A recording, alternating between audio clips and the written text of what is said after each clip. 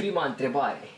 Ești virgin? Salut, eu sunt Alex și bine ați venit la un nou vlog. Astăzi facem un Q&A pentru că am făcut destul de mult timp un Q&A și hai să citim toate întrebările voastre. Prima întrebare. Ești virgin? Din păcate sunt. Hello darkness, my old friend, I've come to talk with you again, because a vision softly creeping. Ai ceva de mâncare pentru mine? Spune Gheorghe Ionuț.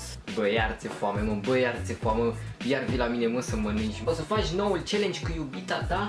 Bă, o să fac multe challenge-uri în vara asta pentru că e destul timp.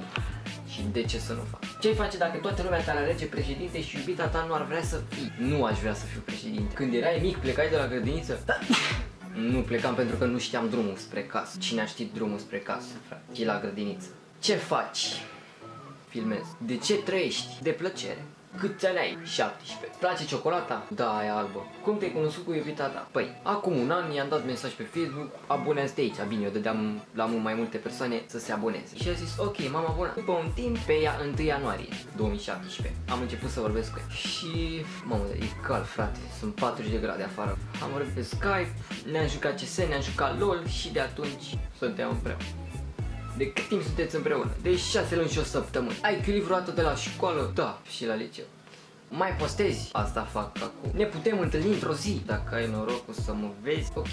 Dar dacă nu, nu pot să dau o întâlnire specială doar pentru că vrei să faci o poză.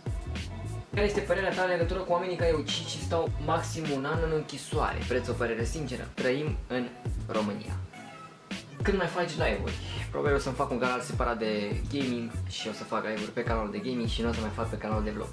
O să-ți deschizi o cutie poștală pentru fan mail? Da, fraților, uite, despre asta vreau să vorbesc. Aveți adresa în descriere unde puteți trimite scrisori, colete și ce vreți voi. Nu știu dacă mergeți să trimiteți pe o adresă, dar dacă mergeți să trimiteți, trimiteți. Te uiți la acolo, băi, mă uit la acolo și am văzut că mulți dintre voi, eu când spun respect într-un clip, mulți spuneți că l-am copiat pe acolo. Dacă eu mă uit la acolo și el spune respect și am spus și eu într-un clip, asta nu înseamnă că limit, sper că mă înțelegi. Ce serial urmărești? Nu urmăresc niciun serial. Te mai uiți la desene? Da, mă mai uit la desene. Care e hobby-ul tău?